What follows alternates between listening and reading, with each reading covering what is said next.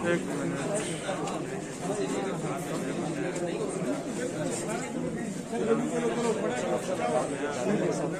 چلا جاؤں گا، میں ساتھ جاؤں گا۔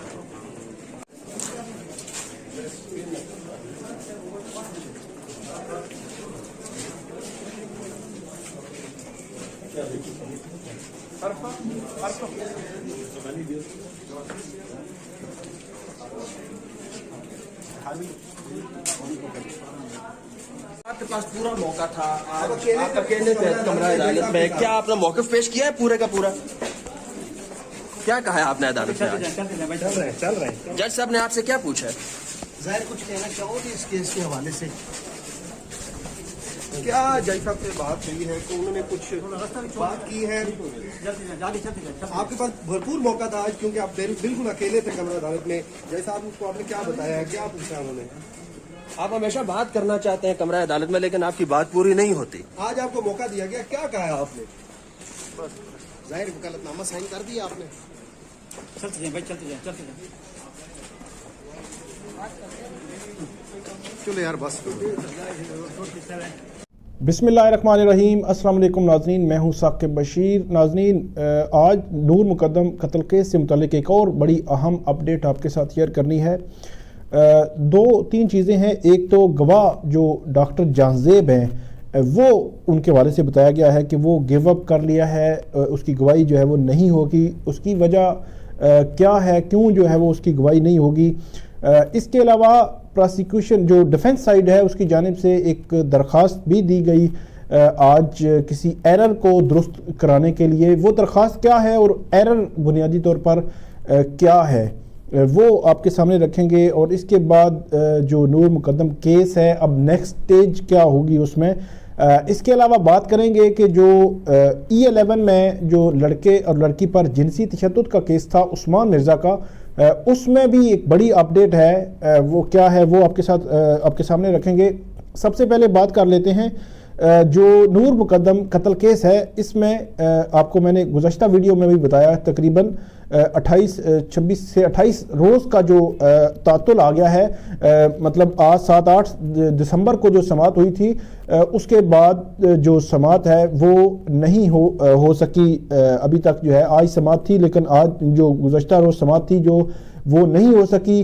اس میں جو وکلا تھے وہ پیش نہیں ہوئے ڈیفنس سائڈ سے، اس وجہ سے 5 جنوری تک معاملہ چلا گیا ہے۔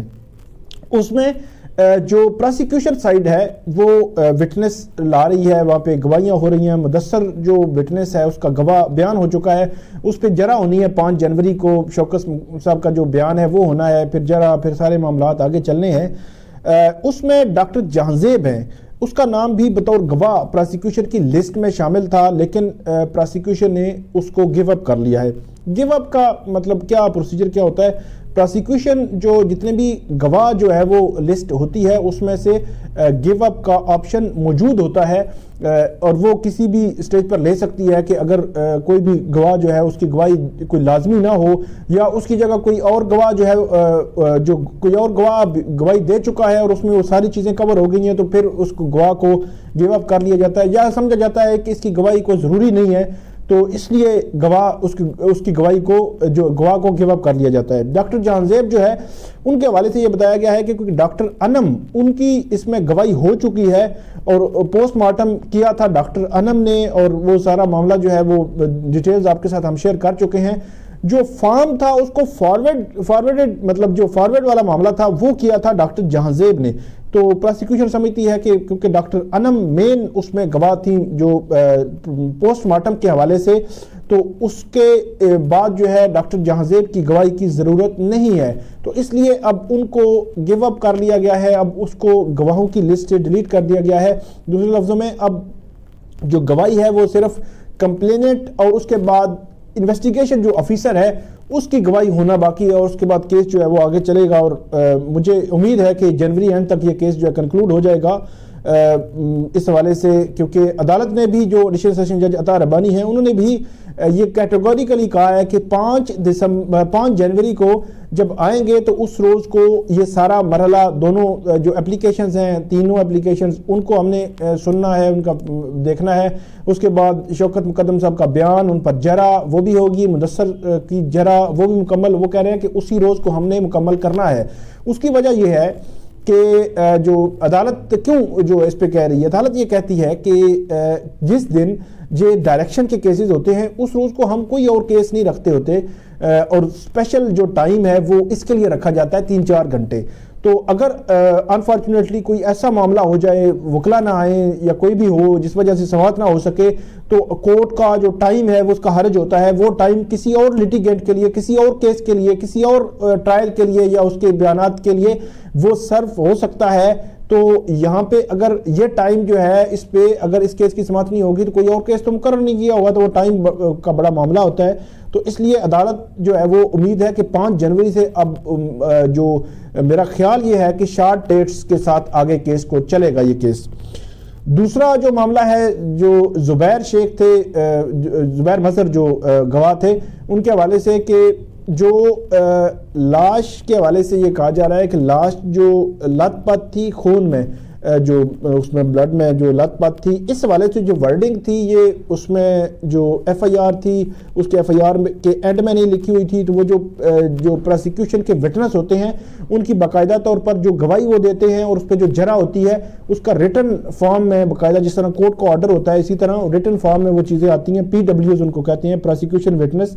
تو وہ اس میں ایرر تھا, جو بات زبیر مظہر نے کی تھی وہ وہاں پہ تھوڑی ڈیفرنٹ لکھی ہوئی تھی. تو اس حوالے سے ڈیفنس سائڈ سے اپلیکیشن دی گئی کہ یہ ایرر جو ہے وہ ختم کیا جائے. اس ایرر کو انہوں نے یہ درخواست دی عدالت کے سامنے. تو امید ہے یہ ایرر جو ہے وہ نیکسٹ جو ہیئرنگ ہوگی اس پہ عدالت جو ہے اس کو ختم کر دے گی, اور اس پر جو آرڈر میں کرنے ہیں اس میں ترمیم, ہلکی سی ترمیم ہے وہ ہو جائے گی. تو یہ دونوں چیزیں جو ہے وہ نور مقدم کیس سے متعلقہ ہیں. دوسرا جو معاملہ ہے وہ ہے عثمان مرزا کا کیس ہے, وہ بھی اسی ایڈیشنل سیشن جج عطا ربانی صاحب کے پاس چل رہا ہے. اس میں نے آپ کو بتایا تھا کہ 28 فروری تک کا وقت عدالت نے دیا ہے. 28 فروری کو اس کو جو کنکلوڈ کرنے کا ٹائم ہے, اور تقریباً جنوری اینڈ تک اس کا ٹائم ہے. تو اس لیے یہ کیس بھی نور مقدم کا کیس سپیڈ اپ ہوگا, اور اس میں ایک ماہ کا وقت بنتا ہے. اور اس کو اگر کنکلوڈ کر لیتا ہے عدالت جنوری اینڈ تک تو پھر ان کے پاس وہ ٹائم بھی سپیئر ہو جائے گا, اور فروری میں وہ آسانی سے اس کو آگے بڑھا سکتے ہیں. تو اس میں اب ڈیولپمنٹ یہ ہے کہ جو دونوں متاثرہ لڑکی اور لڑکا ہے ان کو آخر کار عدالت نے طلب کر لیا ہے, اور 4 جنوری کو ان کی سٹیٹمنٹ ریکارڈ ہوگی. 4 جنوری کو ان کی سٹیٹمنٹ ریکارڈ ہوگی. اس سے قبل جب یہ واقعہ ہوا تھا 18 اور 19 نومبر کو وہ رپورٹ نہیں کیا گیا. پھر 6 جولائی کو ویڈیو وائرل ہوئی, ان کی بیانات یا ان کی وہ جو انہوں نے جیل میں جا کر جو شناخت پریڈ کی تھی, ساری چیزیں کی تھیں, وہ چلتا رہا تھا معاملہ.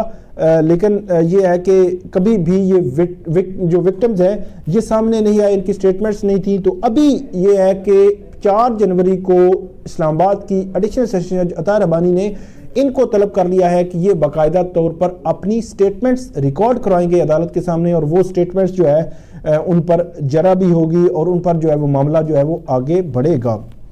تو یہ کیس جو ہے اس میں تقریباً 14 وٹنس جو ہیں ان کے 15 گواہ جو ہیں ان کی بیانات قلم بند ہو چکے ہیں. اس کے علاوہ ان پر جرا بھی آلموسٹ جو ہے وہ مکمل ہو چکی ہے. اس میں بھی جو وٹنس ہیں ان کے بیانات ہونے ہیں, اور اس کے بعد جو انویسٹیگیشن آفیسرز ہیں ان کے جو سٹیٹمنٹس ہیں وہ ریکارڈ ہوں گی, اور اس کے بعد جو کیس ہے اس میں حتمی جو آرگومنٹس ہیں وہ ہوں گے اس کیس میں بھی اور دوسرے کیس میں نور مقدم کے کیس میں بھی. تو یہ دونوں کیسز کی اپڈیٹ جو ہے وہ اب تک یہ چل رہی ہے. اس میں جو خاص طور پر 28 فروری کی تاریخ ہے جو حتمی تاریخ ہے اور ڈیڈ لائن ہے, جس میں ان کیسز کو جو عثمان مرزا کا کیس ہے اس کو ٹرائل کورٹ نے کنکلوڈ کرنا ہے. تو یہ اپڈیٹ ہے. آئندہ جو بھی اپڈیٹ ہوگی وہ بھی آپ کے ساتھ شیئر کریں گے. تب تک اجازت دیجیے. اللہ حافظ.